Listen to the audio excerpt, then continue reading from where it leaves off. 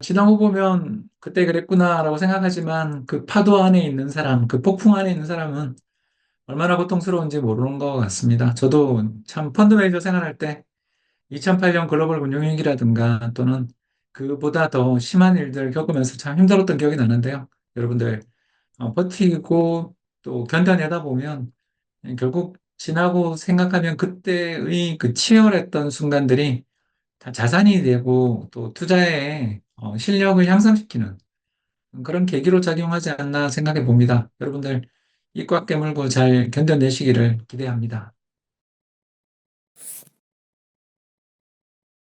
가장 직접적인 건 많이 올랐다.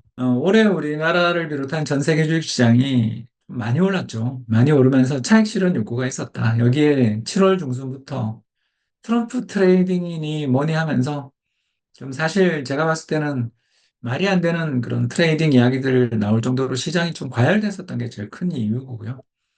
두 번째는 일본은행의 금리 인상이 너무 뜻밖이었고 또 저게 엔캐리를 청산시킬 거라는 공포를 시장에서 불렀다. 그리고 우리 쉬는 중에 특히 워렌 버핏이 애플 주식을 한 절반 가까이 팔아치우면서 현금만 2,700억 불 들고 있다. 이게 진짜 시장에 충격을 줬고요. 이제 마지막에 미국의 고용 지표도 안 좋으니까 불황 왔다. 이제 큰일 났다. 하면서 이제 다 도망가는 패닉이 출현했다라고 정리할 수 있겠습니다. 일단 2008년이랑 비교한다는 자체가 말이 안 되고요. 그건 전 세계적인 부동산 시장의 대침체, 대폭락에서 시작된 일이었어요. 그리고 그런 일들이 터지기 전에는 징후가 있거든요. 이게 뭐냐면 부동산 담보대출이 급격히 얼어붙는다든가 부동산 가격이 빠진다든가 아니면 연체율이 상승한다든가 이런 세 가지 정도 징후들을 잘 봐야 되는데 최근에는 뭐 글로벌 집값도 오르고 있고 그리고 신용카드 연체는 우리나라도 그렇고 미국도 그렇고 다 올라올지 모르지만 모기지 관련된 연체는 그렇게 눈에 띄지 않고 있고 여기다가 디레버리징 벌어지는 징후도 안 보이는데 부동산이 지금 굉장히 안정적이거든요. 그래서 특히 전 세계 중앙은행들이 이제 앞으로 금리를 인하한다라고 가정을 한다면 가장 혜택을 볼 수 있는 자산이 결국 부동산이잖아요. 그렇기 때문에 이쪽 부분에 있어서는 저는 뭐 2008년이랑 비교할 수는 없다. 다만 주식 가격이 계속 폭락하면 이게 소비 심리를 약화시키고 소비 심리를 약화시키는 가운데 경제의 또 실적들도 나쁘게 만드는 악순환이 벌어질 수 있기 때문에 경기 침체의 리스크들은 주가 폭락 이후에는 항상 있습니다. 다만 저희들끼리 우스갯소리로 주식시장은 경기 침체를 49번 예측했다라는 그런 재밌는 이야기가 있어요.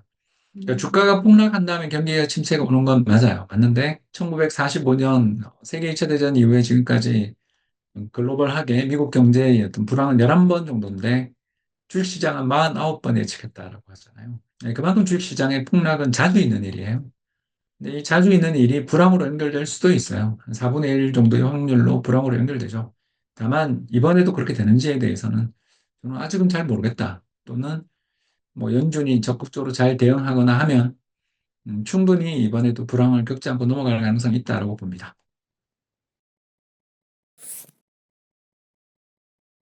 일단 리밸런싱. 제가 이제 제 블로그나 유튜브를 통해서 최근에는 저는 한국은행이 금리를 좀 인하해야 될 타이밍이다라고 계속 이야기를 해왔고요. 그 과정에서 결국 정부가 부동산 시장에 대해서 좀 규제를 확대하는 한편 한국은행의 금리 인하로 대응하게 될 거다라고 예측을 해왔잖아요. 그런 면에서 놓고 본다면 일단 최근 금리나 채권에 투자하셨던 분들은 수익이 상당히 크게 났거든요. 이걸 좀 저는 차익 실현해서 피바다가 된 한국이나 미국 주식을 매수하는 그런 기회로 삼는 그러니까 포트폴리오를 원상복구시키는 지금 주식 가격의 대폭락으로 포트폴리오가 이렇게 균형이 무너졌거든요. 그 무너진 포트폴리오의 균형을 다시 잡는 그래서 주식 저가 매수의 기회가 아닌가 생각하고 있습니다. 투자 3분법 따라 하시는 분들은 전체 자산의 이제 3분의 2가 주식이 될 수도 있잖아요. 그런 분들은 이번에 좀 참 힘드셨을 것 같고 반대로 이제 헬머드 투자법을 하신 분들은 요새 미국 리츠 가격이 급등했으니까 또 오히려 좀 수익이 플러스가 났을 수도 있고 그런 상황이죠.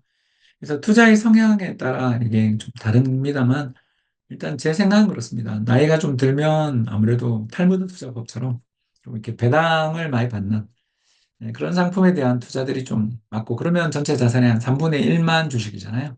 근데 이제 20, 30대는 좀 높은 수익을, 그리고 위험을 견뎌내겠다라고, 적립 투자를 하면서 견뎌내겠다고 다짐을 하신다라면, 아까 말씀드린 것처럼 전체 자산의 한 3분의 2까지도 주식은 충분히 가져갈 만하다. 근데 다만 이제 몇 년에 한 번 꼴로 찾아오는 이런 대폭락 장세에 물타고 저축을 더 늘려서 현금으로 리밸런싱 할 수 있는 그런 의지가 좀 필요하지 않을까 생각해 봅니다.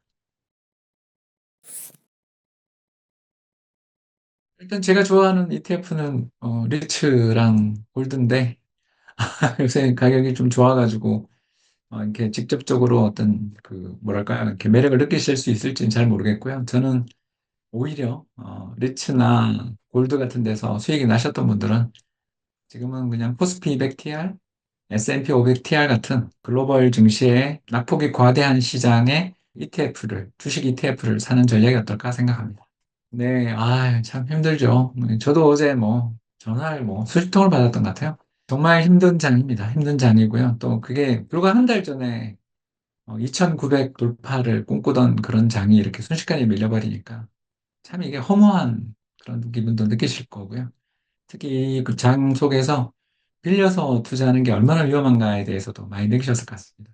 이번 기회에 우리나라 시장이 얼마나 위험한 곳인지, 그리고 특히 개별 종목 투자에 있어서 정말 우리가 신경 써야 될 요인이 얼마나 많은지를 잘 검토하셔서, 제가 몇 번 이야기 드렸습니다만 투자 3분법이나 탈무드 투자법 같은 자산 배분 전략으로 한번 다음 장세를 또 이겨나가시면, 또 그런 전략들을 공부해보는 기회를 삼으시면 어떨까 생각합니다. 여러분 모두 화이팅입니다.